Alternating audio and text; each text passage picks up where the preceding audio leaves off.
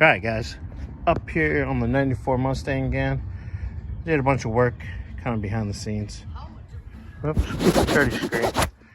That's better. So I'm about to put the upper hose on and start filling the coolant. I'm a little disappointed on the overflow tank. I'm about to build something to hold that in place. It is what it is. That's what happens when you start putting custom parts in the car. Yeah, just a quick little update. I'll probably do another update once the car up and running.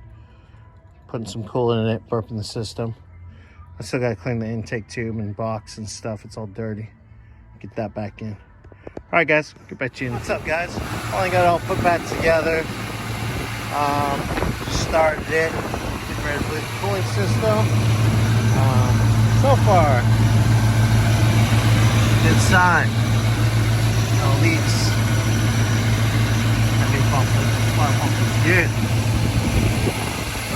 Felt a little coolant earlier. I know I kind of freaked out myself, but no extra drips. So we'll let this guy run, get up to temp.